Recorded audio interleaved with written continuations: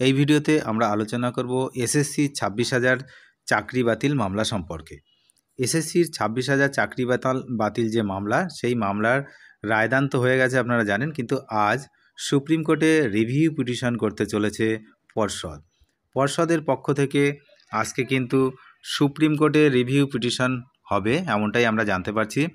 যদিও যত সময় না হয় তত সময় কিছুই বোঝা যাবে না, তবে এখনও পর্যন্ত যেটা জানতে পারছি আজ কিন্তু সুপ্রিম কোর্টে রিভিউ পিটিশন হওয়ার কথা। এখন দেখা যাক কি হয়। এদিকে আপনারা জানেন যে যোগ্য ভার্সেস অযোগ্য এই নিয়ে কিন্তু একটা খিচুড়ি হয়ে গেছে, পরিষ্কার কথা। তার কারণ এসএসসি একবার বলছে যে এই যোগ্য শিক্ষকরা বেতন পাবেন, শিক্ষামন্ত্রী একবার বলেছিলেন যোগ্য অযোগ্য পৃথক করা সম্ভব। এই রায়দানের পরে আর কি, রায়দানের আগে নয়, সব কিন্তু যখনই বাতিল করা হলো সুপ্রিম কোর্টের পক্ষ থেকে 26,000 মতো শিক্ষক অশিক্ষক কর্মচারী যারা ছিলেন সবাইকে যখন বাতিল করা হলো, তারপরে কিন্তু বিভিন্ন রকম কথা শোনা গেছে, তার আগে কিন্তু হয়নি। যদিও যোগ্য ভার্সেস অযোগ্য অর্থাৎ কারা যোগ্য কারা অযোগ্য এই নিয়ে কিন্তু বিস্তর সমস্যা রয়েছে। কখনো বলছে কাউন্সিলিং এই ডেটের পরে যারা হয়েছে তাদের অযোগ্য, বা কখনো নানান রকম এক এক রকম মতামত আসছে। এখন ঘটনা হচ্ছে সুপ্রিম কোর্টে যে রিভিউ পিটিশন করতে যাচ্ছে পর্ষদ, তাহলে নিশ্চয়ই কিছু ডেটা নিয়ে তবেই রিভিউ পিটিশন করতে হবে। কারা যোগ্য কারা অযোগ্য তাদের পরিষ্কার ডেটা কিন্তু নিয়ে এই মামলাতে কিন্তু রিভিউ পিটিশন করতে হবে, আদারওয়াইজ কিন্তু রিভিউ পিটিশনের কোনো কাজ হবে না। তার কারণ যারা যোগ্য তাদেরকেও যেমন সুপ্রিম কোর্টে প্রমাণ দেখাতে হবে যে হ্যাঁ এরা যোগ্য, আর যারা অযোগ্য সেটাও কিন্তু প্রমাণ দেখাতে হবে এরা অযোগ্য। তারপরে সুপ্রিম কোর্ট এই বিষয় নিয়ে কিছু ভাববে, এমনটাই কিন্তু জানা যাচ্ছে।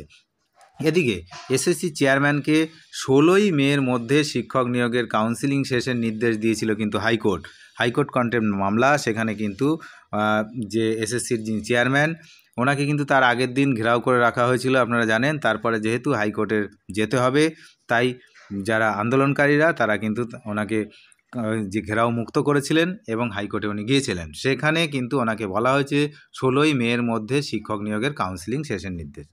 তাহলে বুঝতেই পারছেন যে কখন কি হবে, কোনটা কখন হবে। এদিকে যারা যোগ্য শিক্ষকরাই নাকি বেতন পাবেন, তাহলে যোগ্য শিক্ষকরা বেতন পাবেন, তাহলে যোগ্য যেটা তাহলে নিশ্চয়ই সেটা আলাদা করা সম্ভব হয়েছে।